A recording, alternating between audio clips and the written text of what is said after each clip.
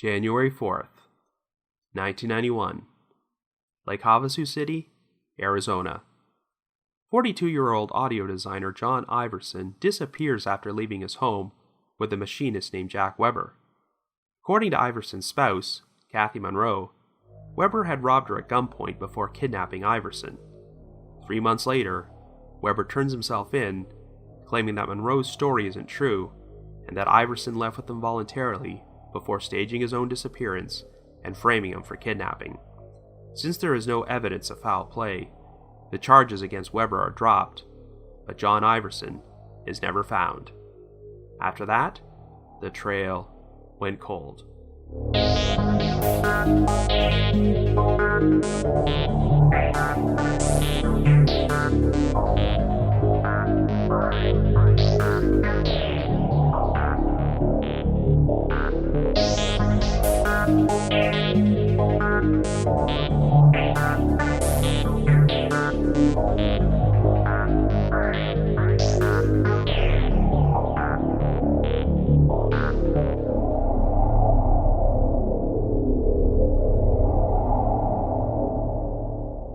Hello everyone, and welcome to our latest episode of The Trail Went Cold.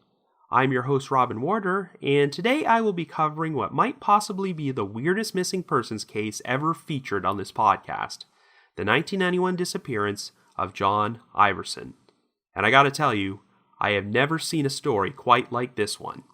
In most of the missing persons cases I've covered, I roll my eyes at the suggestion that the victim staged their own disappearance and went off somewhere to start a new life. But in this particular case, I might be willing to make an exception. The subject of today's story is an audio designer named John Iverson, who was considered one of the top figures in his field. I first learned about this case when I came across Iverson's profile page on the Charlie Project, and it blew my mind because it contains one of the longest, most convoluted write-ups on the entire website. The primary source for most of the information you'll hear today is a 1994 article from The Absolute Sound, one of the premier magazines for audiophiles. Considering how crazy this story is, it's surprising there isn't more information available online, as the majority of the discussion you'll find about John Iverson is mostly on message boards for audiophiles and conspiracy theorists. But this is the type of mystery that The Trail Went Cold was made for, so today I'm going to explore both angles. Was Iverson abducted and murdered, or did he actually manage to successfully stage his own disappearance? Anyway, before we get started, just a quick reminder that The Trail Went Cold is a weekly podcast, which is currently available for download on several platforms, including iTunes, Stitcher, and Google Play Music. So if you like this podcast, be sure to subscribe to it, and please leave us a rating or review on any of those sites to help spread the word and garner us more exposure. The Trail Went Cold is finally on Patreon, so if you would like to learn how to support the show, please visit our page at patreon.com/thetrailwentcold. For as little as $1 a month, you can garner access to exclusive rewards from our podcast, which may include stickers and thank you cards from yours truly, early access to episodes, and bonus content. So with all that out of the way, let us now examine the ultra-bizarre disappearance of John Iverson.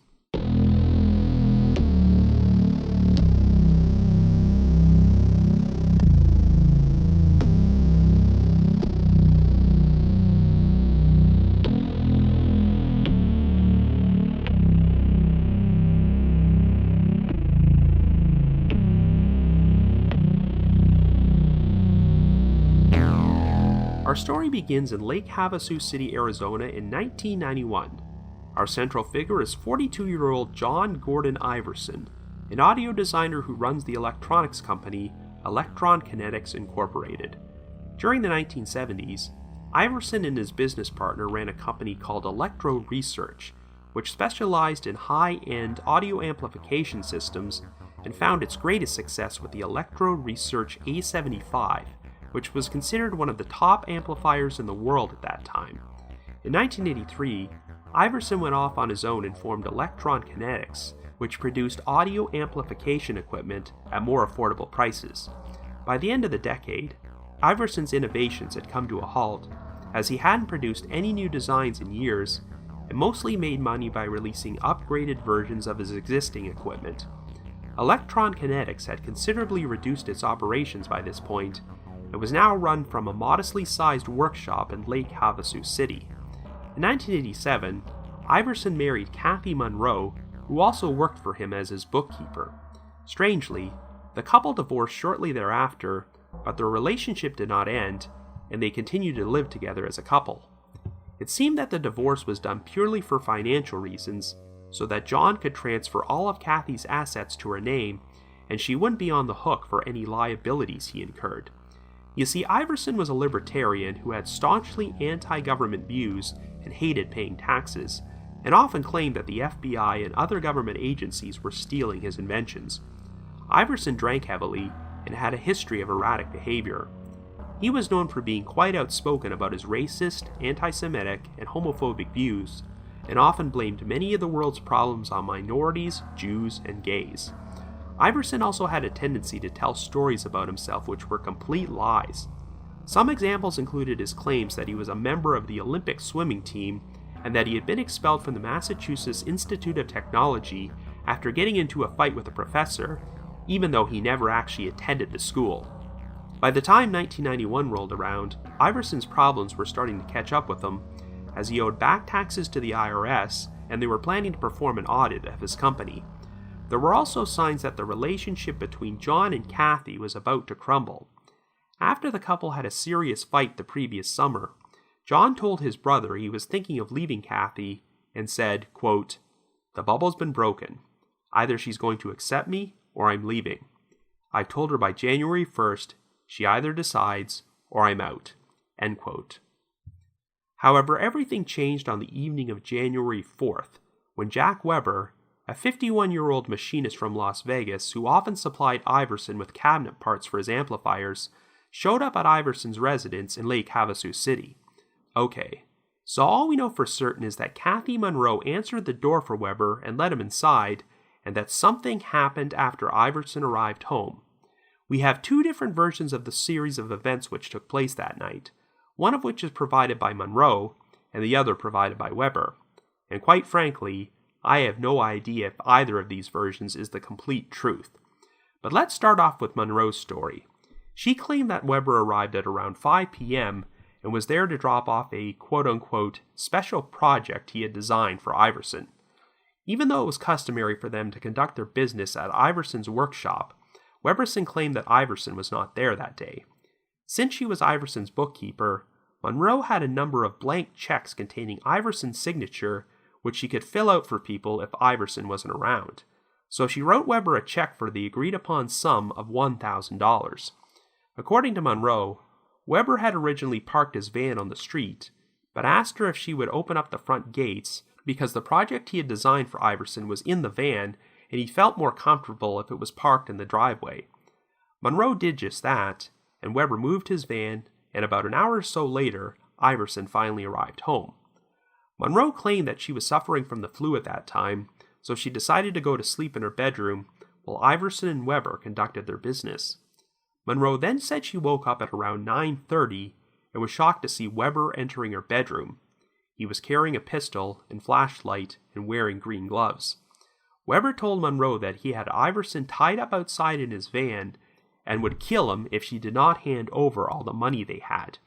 She gave Weber $4,000 in cash, but he also demanded that she write him a check for the amount Iverson had in his checking account. So Munro went into Iverson's office to write Weber a check for $2,500.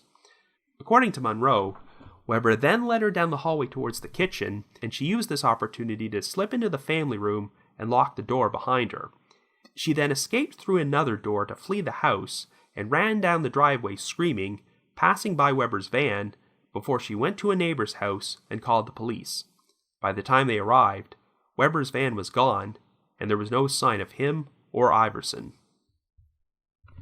The only sign of violence inside the residence was a broken door frame in the family room, which Weber had presumably kicked open when Munro escaped from him and locked the door behind her.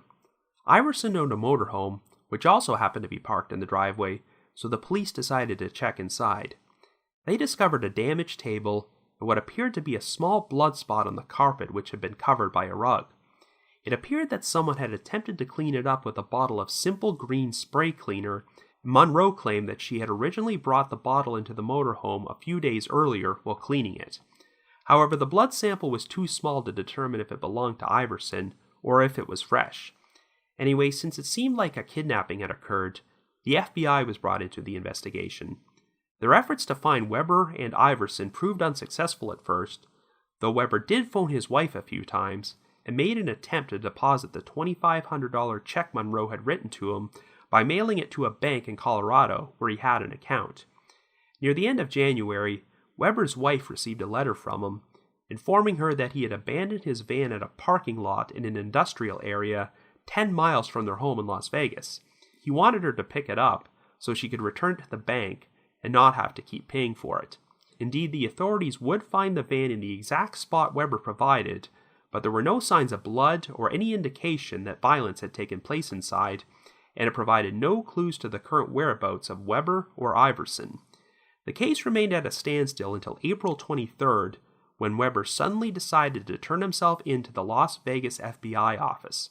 He was soon extradited to Arizona to face charges of kidnapping and armed robbery and held on a $140,000 bail. But Weber maintained that he was innocent of all charges and had no idea where Iverson was. Believe it or not, Weber claimed that Iverson had left with him voluntarily on the night he disappeared and that he was the victim of an elaborate setup. So here's Weber's version of the events which supposedly took place on the evening of January 4th.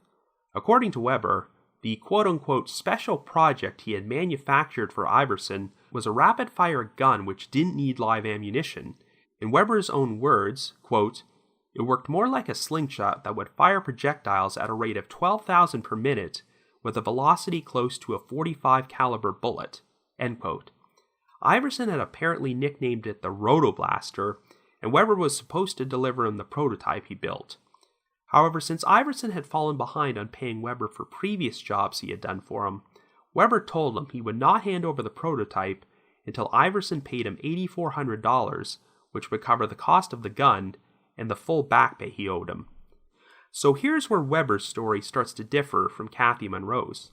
While Munro claimed that Weber arrived at the residence at 5 p.m., Weber said he actually arrived at around 4 o'clock.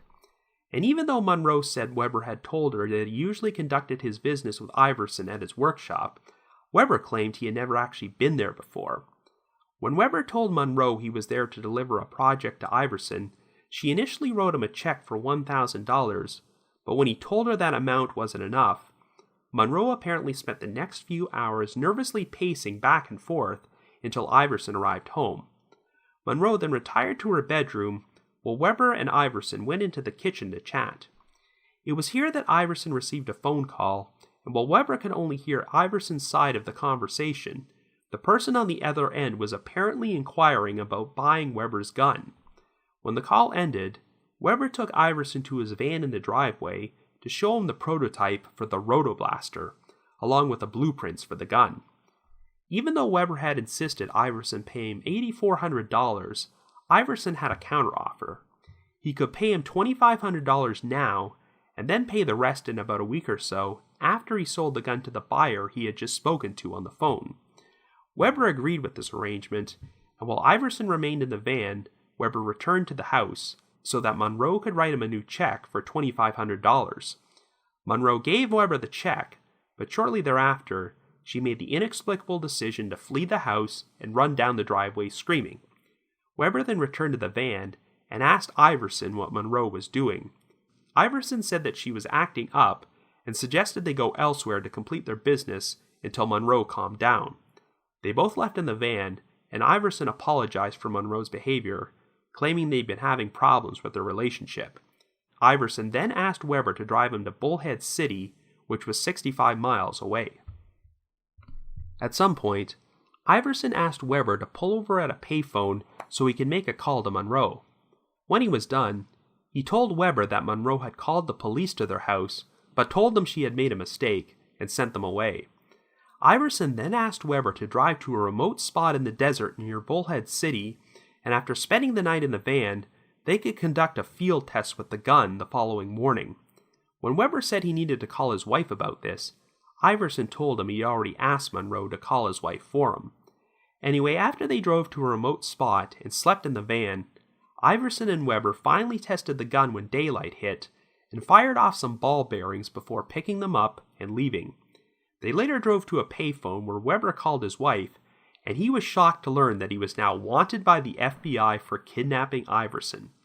Weber assured her that no kidnapping had taken place and that Iverson was with them and had left with them voluntarily, so he asked Iverson to straighten everything out. Iverson made a call and subsequently told Weber that the police had returned to his home, and when Munro was unable to confirm his whereabouts, they issued a warrant to arrest Weber for kidnapping. Well, Weber immediately wanted to return to Lake Havasu City to straighten everything out, but Iverson wanted to consult with an attorney first. You see, at the time, Iverson was on probation for an incident in which he was caught stealing telegraph wire from a utility company. Iverson feared this entire episode might get him into trouble, and he was reluctant to speak with an attorney in Lake Havasu City because he felt the local authorities had a vendetta against him. So he decided to call a lawyer he knew in Phoenix and told Weber he was able to schedule a meeting with him on January 11th. Well, the problem was that this was still several days away, but Iverson was somehow able to convince Weber not to go to the authorities until after they had met with his attorney. According to Weber, Iverson thought it was best if they split up before meeting up again in Phoenix. He also suggested that they hide the gun and the blueprints so they were hidden at a construction site near the town of Laughlin, Nevada. Weber then drove Iverson to Phoenix, and they agreed upon a meeting place for the morning of the 11th before going their separate ways. Weber claimed that over the course of the next few days, he drove back home to Las Vegas to grab some clothes and pretty much lived out of his van before he returned to Phoenix. Well, surprise, surprise, when Weberson went to their agreed-upon meeting place on January 11th, Iverson never showed up.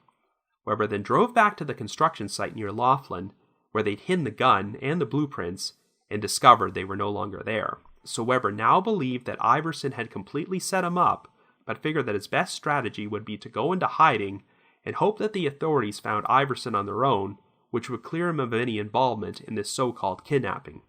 Weber soon abandoned his van outside Las Vegas, sent the letter to his wife telling her where it was, and proceeded to spend the next 3 months laying low. He spent some of that time in California visiting his daughter, who was dying of leukemia, and he even attended her cremation after she succumbed to the disease. At some point, Weber returned home to Las Vegas to see his wife again, but she eventually advised him to turn himself in because by this point, America's Most Wanted had gotten wind of the story and were planning to do a segment on Weber. So on April 23rd, Weber voluntarily surrendered himself to the authorities to share his side of the story.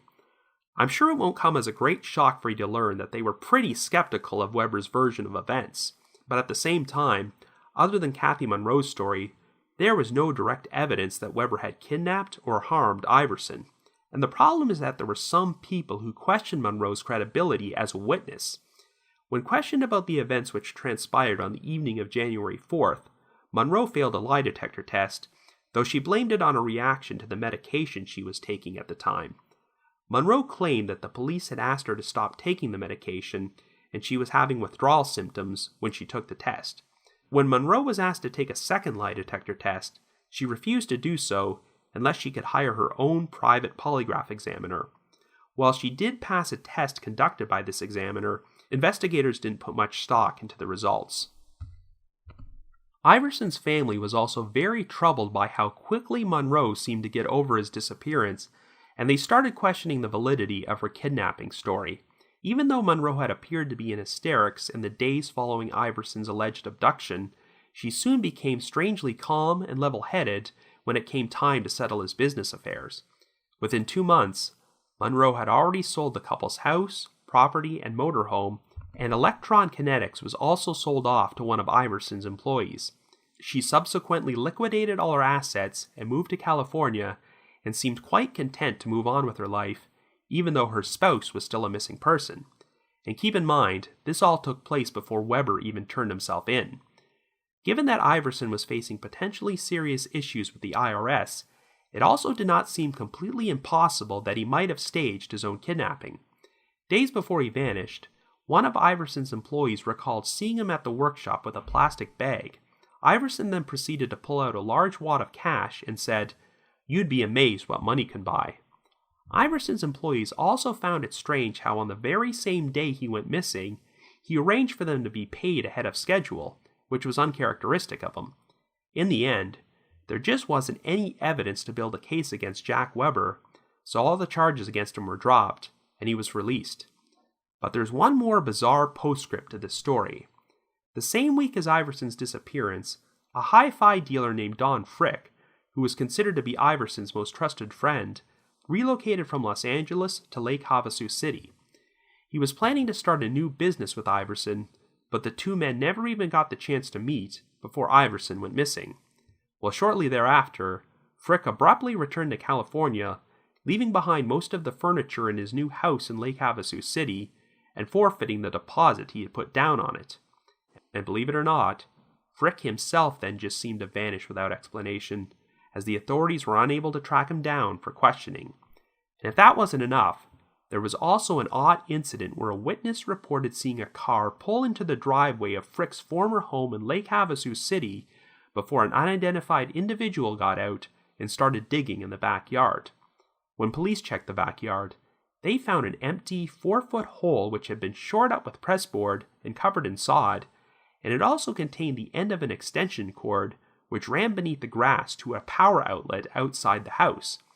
They never determined what this hole was used for, or if it held any significance to Iverson's case. Regardless, I have no idea if Don Frick was ever tracked down, but it seems like the case just completely dropped off the radar after the charges against Jack Weber were dropped. After 27 years, it is still debated whether John Iverson was abducted and murdered, or if he orchestrated his own disappearance, but officially, he continues to remain a missing person. So I guess you could say, the trail went cold.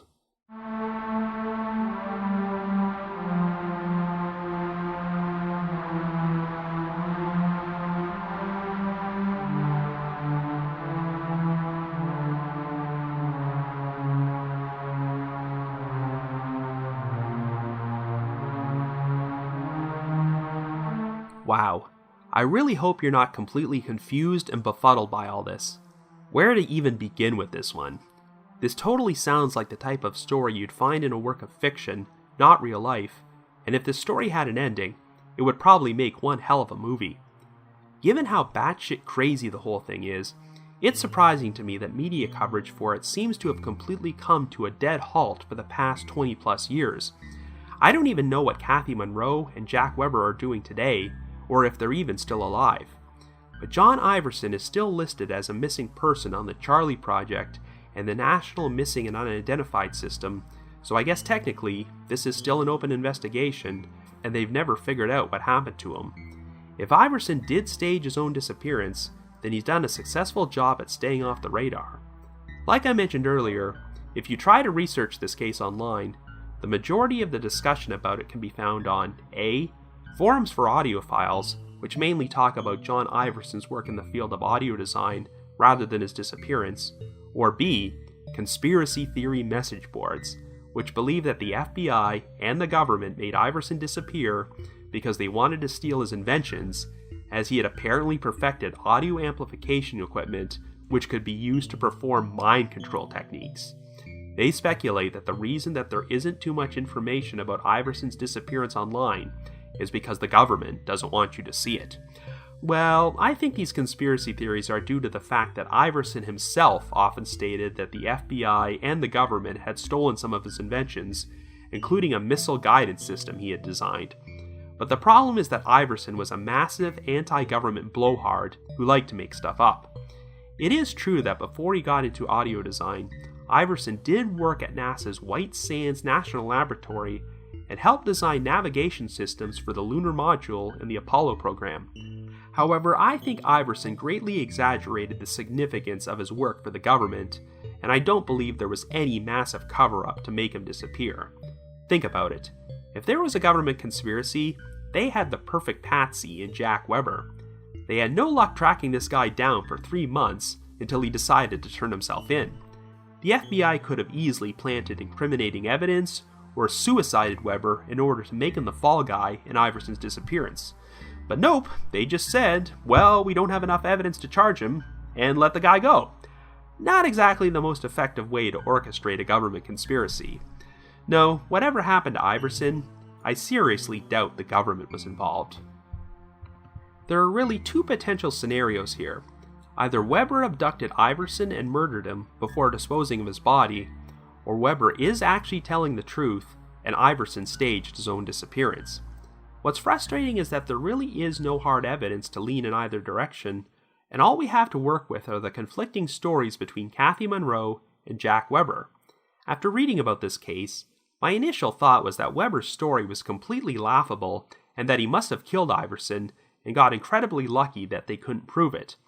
Yet at the same time, when I heard Weber's version of events, I thought, could anyone possibly dream up a story like this on their own?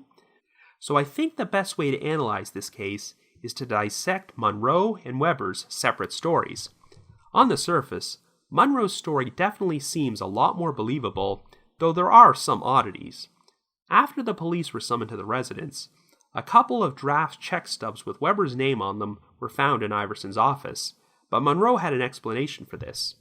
When Weber forced her to write the $2,500 check at gunpoint, she intentionally made some mistakes, which is why there turned out to be a few draft stubs before she handed the check over to Weber. Munro claimed her intention was to put Weber's name on the stubs in order to leave them behind as a clue for the police in the event something happened to her. And that logic does make sense, though it's strange that Weber would allow the incriminating evidence with his name on it to be left behind in the office. But then again, I'm not sure Weber was a master criminal. The part about the $2,500 check does check out, since Weber apparently tried to deposit it by mail into an account he had at a bank in Colorado, though the thing I'm most curious about is if the $4,000 in cash Munro supposedly handed over to Weber was ever accounted for. However, Weber was on the run for 3 months, so he easily could have spent it all. Now, the one part of Munro's story which always raised some skepticism is the account of her escape. According to Munro, Weber was leading her down the hallway towards the kitchen when she decided to duck into the family room and make a break for it. It sounds really strange that after forcing Munro to do all these things at gunpoint, Weber would then walk down the hallway in front of Munro with his back turned to her, giving her enough time to escape. What kind of captor would be careless enough to do something like that? Munro's explanation for this was that her Labrador retriever suddenly appeared and stood between her and Weber, which prevented him from moving around her and gave her the opportunity to make a run for it. But I don't know, the logistics of this whole thing just don't ring true to me. All that being said, this issue with Munro's story seems fairly minor when compared to the many issues with Weber's story. It seems like much of the suspicion about Munro was due to her actions in the subsequent months, but we'll get back to that a little later. Now let's talk about Weber's overly convoluted account of what happened. So, where do I start with this? If Weber is actually 100% telling the truth, then he has to be one of the most trusting souls in the history of mankind. I'm going to try and put myself into his shoes to follow his logic. You show up at a guy's house to sell him the prototype of this one-of-a-kind new gun you've manufactured, but since he owes you a bunch of back pay, you make it very clear that you won't hand the gun over to him until he pays you the full amount. But when he says, I'll pay you $2,500, less than 1/3 of what I actually owe you, and then pay the rest next week once I take this gun and sell it to some buyer you've never actually met, are you really just going to agree to that arrangement and trust him? And then, just as you're about to close the deal, the guy's wife runs away from you out of the house in hysterics, and his first response is, oh, don't worry about her. Please drive me 65 miles away from here so we can spend the night inside the van in the desert. Are you really going to go along with this? And then, after learning from your wife that there's a warrant out for your arrest for kidnapping, instead of returning back home to straighten things out with the authorities, you're going to let your so-called abductee convince you to stay on the run for several more days until he can consult an attorney in an entirely different city? And then, after you both hide the gun and the blueprints at a secret location, you're just going to part ways with the guy who already owes you thousands of dollars in back pay and take his word for it that he'll meet back up with you again in a couple days? Dude, if your shenanigans have turned me into a wanted fugitive for kidnapping and you want me to hide out from the authorities for a few days, I'm keeping that damn gun in my possession the entire time. I mean, I just can't reconcile why Weber would agree to go along with something like this. Of course, aside from his questionable decision-making, there were a number of noticeable holes in Weber's story. Even though he had claimed that he only did business with Iverson at his home and never visited his workshop, Iverson's employees claimed they had seen Weber at the shop prior to the disappearance. Weber actually took the FBI out to the spot in the desert where he and Iverson allegedly fired off this rotoblaster gun, but they could not find any evidence that this occurred. Weber claimed that they fired off some ball bearings and picked them all up afterward, but would they really have been so meticulous at collecting them that the FBI couldn't find any? I don't know if there's any significance to this, but the parking lot where Weber abandoned his van happened to be for a gun shop, which offered junkets into the desert for clients to fire off machine guns they purchased from there. Quite frankly, I'm not even sure there was any evidence that this rotoblaster gun Weber manufactured actually existed. I guess it's possible that he did manufacture something like that, but it didn't actually work.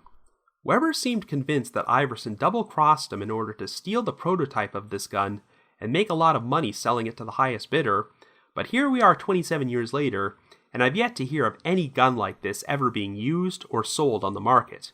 If Iverson did steal it, I doubt he made a fortune off of it. It's interesting that Weber claimed that Iverson spoke on the phone inside his kitchen with a potential buyer on the night he disappeared, but I have no idea if the authorities actually checked Iverson's phone records to verify if this call took place. On the surface, the most logical explanation for what happened is that Weber attempted to sell Iverson a faulty gun which didn't actually work, but when the deal didn't go through as planned, Weber tied Iverson up in his van, robbed him of all the money inside his house, and then proceeded to abduct and murder him and dispose of his body at an unknown location. It's possible that Weber was also planning to abduct Munro as well, but she managed to escape, so Weber panicked and fled the area. Once he got rid of Iverson, he spent the next 3 months hiding out and concocting a cover story. In Weber's defense, as far as I know, I don't believe he had any criminal record before this. It also might seem weird that he would choose to commit a crime like this at a time when his daughter was dying of leukemia, but then again, that might also have provided a potential motive. If Weber needed money for medical bills or something, that might have compelled an otherwise law-abiding man to attempt a robbery and kidnapping scheme. But yet, for as much flack as I've given Weber, there are some details which make me wonder if he might be telling the truth. As an example, there was an invoice for $1,000 found at Iverson's residence. Weber and Munro both concur that Weber wrote the invoice after she gave him the check for $1,000, though Weber claimed he told her the amount wasn't enough because Iverson owed him more money.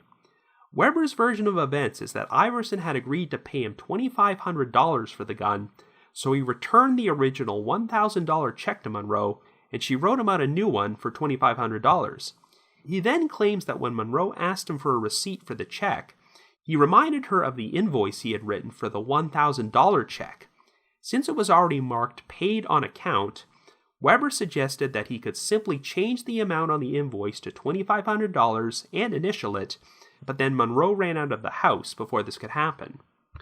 Call me crazy, but that's one of those details that I just can't visualize someone dreaming up from scratch. I know Weber was gone for 3 months, which gave him plenty of time to fabricate a cover story for the authorities, but it seemed pretty remarkable that he would remember leaving a $1,000 invoice at the house and come up with an explanation to account for that, which fit his story. I'm not saying this detail has me sold that Weber is telling the truth, but it really stuck out at me. Another point in Weber's favor is that when his van was found, there was no physical evidence that a murder or kidnapping had taken place in there, though it's possible that Weber murdered Iverson outside the van. If a murder had taken place in there, I have a feeling that Iverson would have gotten rid of the van rather than return it to his wife and potentially turn incriminating evidence over to the authorities. Now, I'm not so sure if there's any significance to the blood spot found in Iverson's motorhome, as we can't be certain anyone actually went in there that night. But even if Weber killed or injured Iverson inside the motorhome and cleaned up the blood, he would still have to transfer his body into the van, and I have a feeling that he would have left some sort of physical evidence behind. So it's possible that blood spot in the motorhome was left there long before Iverson's disappearance took place and has nothing to do with this case. And then, of course, there's the fact that Weber suddenly decided to turn himself in, which might seem unusual, but the strategy actually worked out pretty well for him. While the authorities were very skeptical about Weber's story, they could not uncover one solid piece of evidence that he had committed a crime, so if he murdered Iverson, he did a thorough job at covering his tracks. The case against Weber was dismissed without prejudice, so they theoretically could charge him again if new evidence surfaced, but given that 27 years have passed, that's unlikely to happen. If Weber was guilty, he took a huge gamble by surrendering himself, but it paid off. So now that we've dissected Weber's story, let's explore the theory that Iverson really did stage his own disappearance and set Weber up. In most missing persons cases, that option shouldn't even be considered, but Iverson had a number of personal problems at the time he went missing, such as a crumbling relationship with his spouse and an upcoming audit from the IRS from his failure to pay back taxes. And he just sounded like a very strange, eccentric dude in general. I mean, there are a lot of indefensible things about Iverson.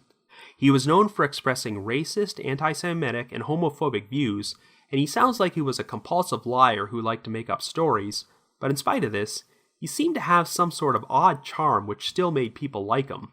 The point is, if the guy just wanted to escape from all his issues and go off to start a new life somewhere, I would not put it past him to do so in the most over-the-top fashion possible. Granted, no evidence has ever surfaced during these past 2 decades to suggest Iverson is still alive, but he was a fervently anti-government person who hated paying taxes, so if he wanted to start over, maybe he just decided to live completely off the grid. If he went off somewhere and died of natural causes these past several years, we may simply have never heard about it, and Iverson is currently buried in a grave under an assumed name in some faraway land. There's also the weird side story involving his friend, Don Frick, who disappeared himself shortly after Iverson went missing. Granted, this is one of those moved and provided no forwarding address so the authorities can't find him disappearances, rather than one which suggests that anything sinister happened. For all we know, Frick may have been living a normal life somewhere these past 27 years, and we just don't know about it. But you can't ignore the timing of him abruptly leaving his new home in Lake Havasu City so soon after Iverson went missing, and given that Frick was apparently Iverson's most trusted friend, maybe he helped him orchestrate his disappearance. And of course, there's the weird business involving the secret hole found in the backyard of Frick's house, which had an extension cord in it. You could easily assume there was a secret stash of money or some sort of unique invention hidden in that hole, so either Iverson or Frick went back to retrieve it. But there's just not enough info out there about Don Frick to determine if he has any significance to the case. But here's the thing about the staged disappearance theory. If Iverson fabricated the kidnapping and set up Weber to be the fall guy, then Munro would have had to be in on it, since she was the one who fed the story about Weber robbing her at gunpoint to the police. Would Munro really be willing to go along with something like this? We do know that she liquidated her assets and moved to California only 2 months after Iverson went missing, and of course this raised a lot of red flags, since Weber hadn't even turned himself in yet, and she seemed awfully willing to accept that her spouse was dead. The problem is that we really have no idea what happened to Munro afterward. If this was an elaborate setup, then perhaps Munro reunited with Iverson at some point, and the two of them lived the rest of their days together under the radar. Alternatively, perhaps Iverson and Weber were in cahoots together and staged the whole robbery and kidnapping thing as a show for Munro, so that she would feed that story to the police and Iverson could disappear. Perhaps it was no accident that Weber walked down the hallway with his back turned to Munro, giving her an opportunity to escape. But if that's the case, then I'm sure Iverson would have had to compensate Weber pretty handsomely, since the guy would be taking a huge risk for going along with something like this and potentially getting himself thrown in prison for kidnapping and murder. The final theory, of course, is that Munro and Weber were in cahoots together. They conspired to murder Iverson and came up with the most elaborate scenario imaginable to make him disappear. And I gotta say, out of all the theories presented in this case, this would be the one which makes the most sense to me. It's interesting how Iverson had specifically told his brother that if his relationship with Munro did not improve by January 1st, he was going to end it. Of course, he said this during the summer, and I have no idea if their relationship was in a better place at the start of 1991, but lo and behold, Iverson wound up going missing only 3 days later. Granted, since they were no longer officially married and all of Munro's assets were under her name, she would still make out okay if the relationship came to an end.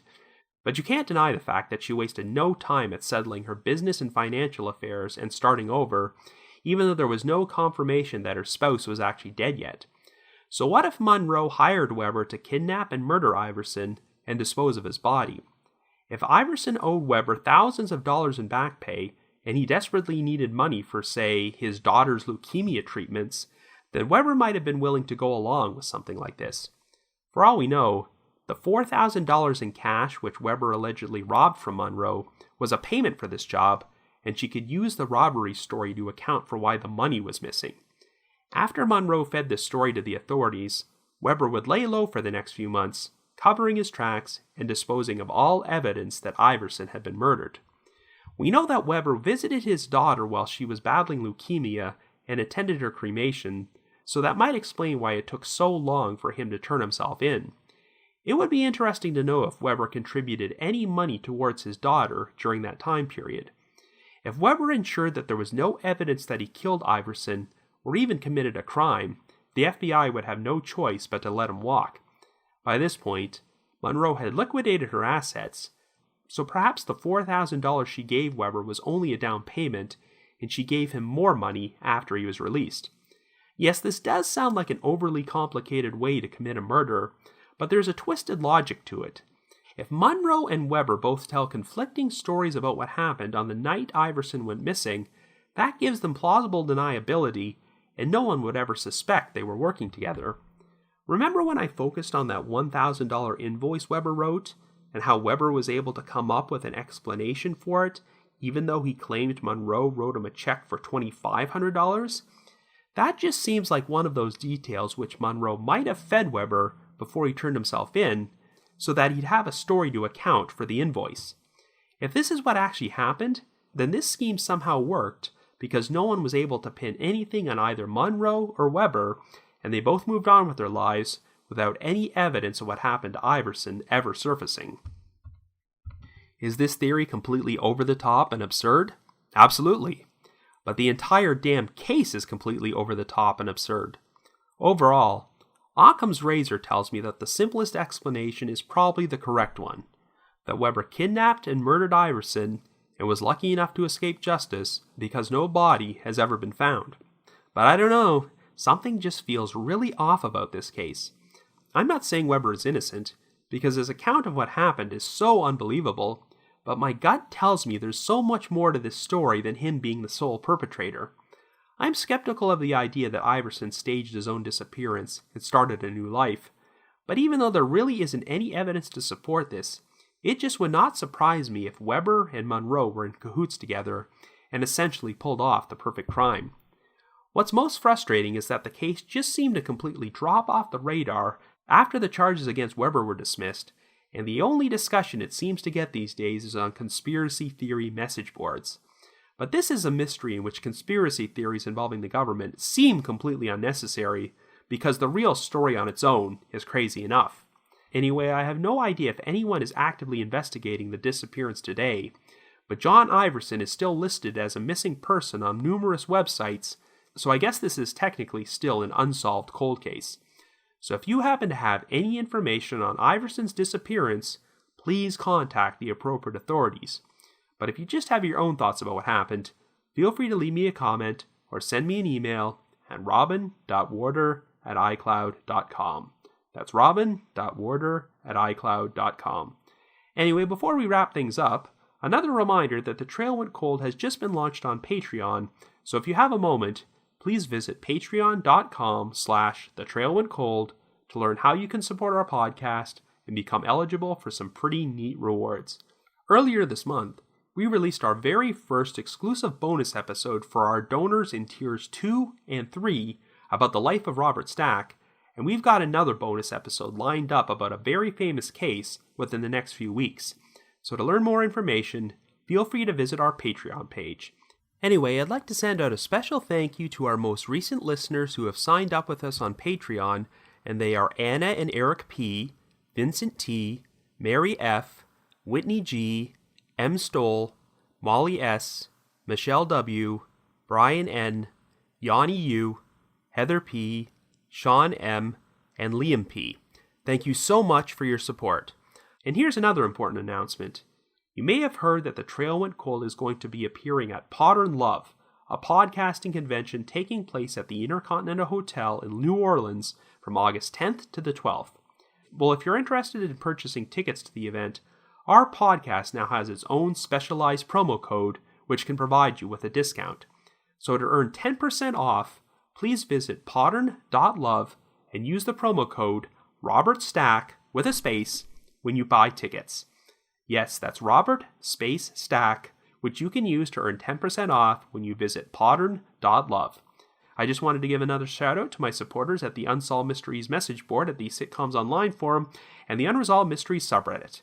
Need to provide my thanks to McGill Foote, who edits and assembles this podcast together for me, and Vince Nitro, who composes the eerie music you hear on every episode. And incidentally, Vince's music tracks are now available for download as a bonus reward for all of our Tier 3 donors, so once again, feel free to visit our Patreon page for more information. I should mention that McGill and Vince are both going to be with me representing the Trail Went Cold when I attend Modern Love in August, so if you attend the event, you'll get the chance to meet them both. If you haven't already, you can like us on Facebook, follow us on Twitter, or leave us a rating or review on iTunes, Stitcher, or Google Play Music. We also have a Facebook discussion group, so if you feel like discussing these cases or true crime in general with myself and your fellow listeners, feel free to join. It'll approve your entry into the group ASAP. So have yourself a good week and join me next Wednesday for a brand new episode of The Trail Went Cold.